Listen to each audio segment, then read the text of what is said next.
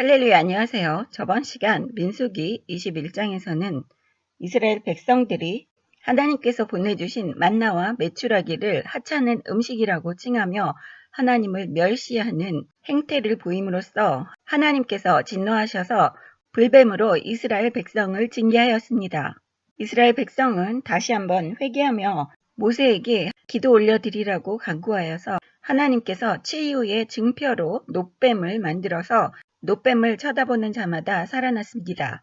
지금 현재를 살고 있는 우리들은 하나님이 우리를 사랑하셔서 자녀 삼으시는 증표로 십자가를 쳐다보고 십자가를 의지해야지 된다는 뜻을 의미합니다. 이스라엘 백성 중에서도 마음이 완악하여 놋뱀을 쳐다보지 않고 죽어갔던 사람들이 있습니다. 지금 현재도 우리의 말을 듣지 않고 예수를 믿지 않는 사람들이 있습니다. 몇천 년 전이나 지금이나 이렇게 하나님의 말씀에 순종하지 않아서 죽어가는 사람들이 있습니다. 즉, 영생을 얻지 못하는 사람들이 있다는 것입니다.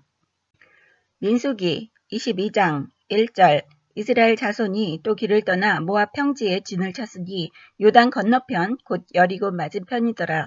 십볼의 아들 발락이 이스라엘이 아모리인에게 행한 모든 일을 보았으므로 모압이 심히 두려워하였으니 이스라엘 백성이 많음으로 말미암아 모압이 이스라엘 자손 때문에 번민하더라.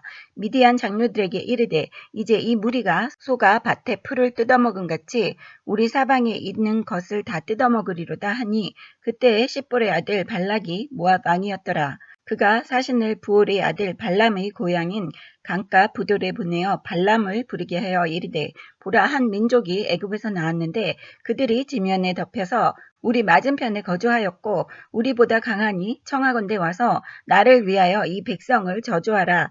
내가 혹 그들을 쳐서 이겨 이 땅에서 몰아내리라. 그대가 복을 빚는 자는 복을 받고 저주하는 자는 저주를 받을 줄 내가 알미니라.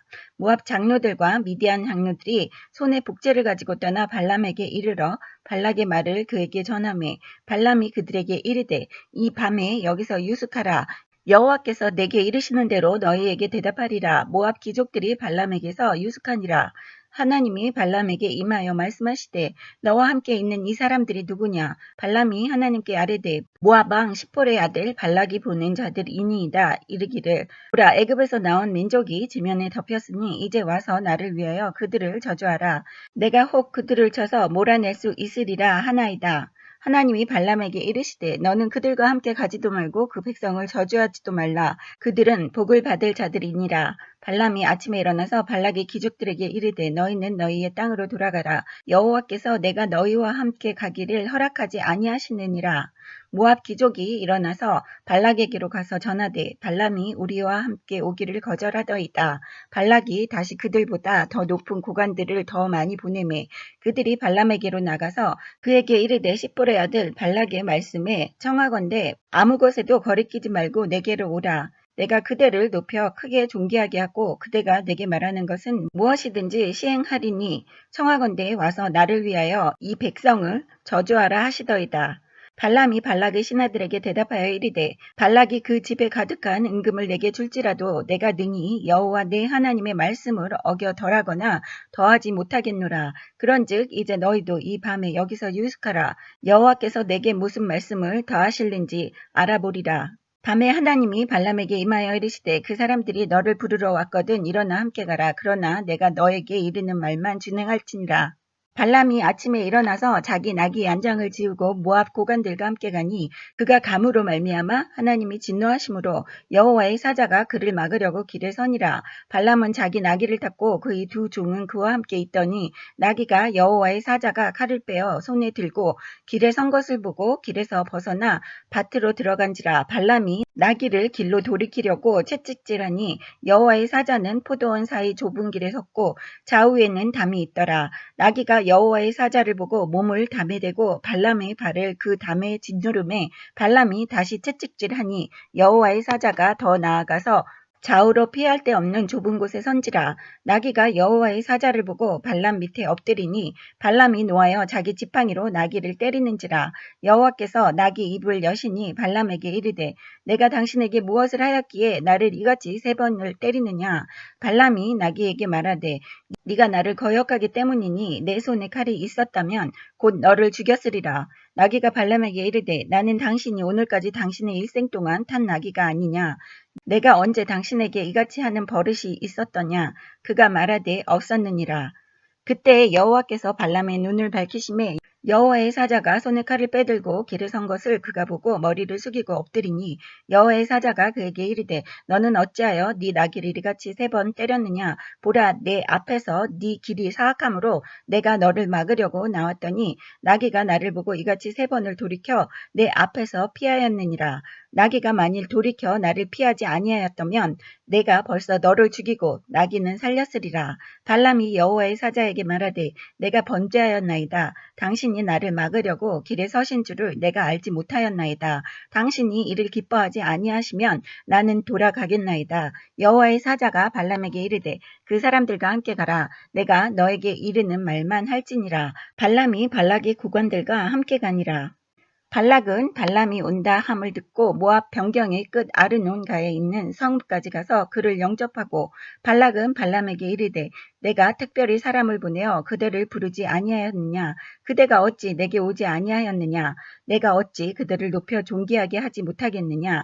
발람이 발락에게 이르되 내가 오기는 하였으나 무엇을 말할 능력이 있으리까. 하나님이 내 입에 주시는 말씀 그것을 말할 뿐이니이다. 발람이 발락과 동행하여 가럇 후손에 이르러서는 발락이 소와 양을 잡아 발람과 그와 함께한 고관들을 대접하였더라. 아침에 발락이 발람과 함께하고 그를 인도하여 바알의 산당에 오르매 발람이 거기서 이스라엘 백성의 진 끝까지 보니라. 민수기 22장에서는 이스라엘 백성이 아모리 두 왕 시온과 옥을 이겼다는 소식을 접한 모압 왕 발락이 거짓 선지자 발람을 초청하는 장면입니다. 여기에서 발람이란 사람은 이스라엘 사람이 아니었습니다. 이 사람은 여러 나라에 알려진 제사장 겸 점술가였습니다. 발락 왕은 발람이 점술가나 기타 신비한 술법을 통해서 신들에게 영향을 미쳐서 이스라엘을 저주할 수 있다고 생각했습니다. 하지만 발람은 거짓 선지자들과 마찬가지로 하나님의 영예나 하나님의 백성의 거룩함에 대해서는 관심을 갖고 있지 않았습니다. 9절에 보시면 하나님이 발람에게 임하십니다. 이 뜻은 발람이 이스라엘의 하나님을 다른 여러 신들과 함께 섬겼음을 암시하는 표현입니다. 발람은 의로움보다 돈에 의해 움직인 거짓 선지자의 전형적인 모습을 보여주는 사람입니다.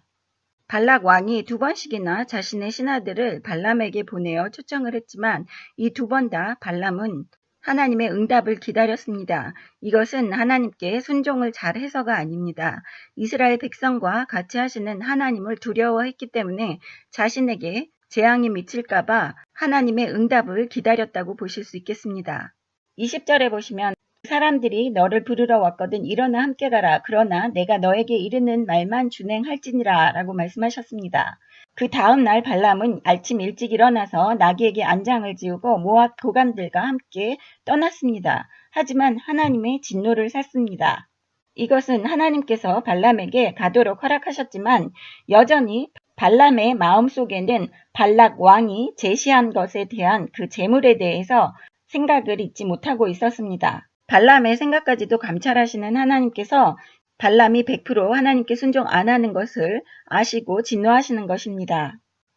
이렇게 현재를 살고 있는 우리들도 우리의 행동으로는 사람들이 모르지만 하나님께서는 우리 마음까지도 감찰하시고 다 아시는 것을 여기에서 보실 수 있습니다.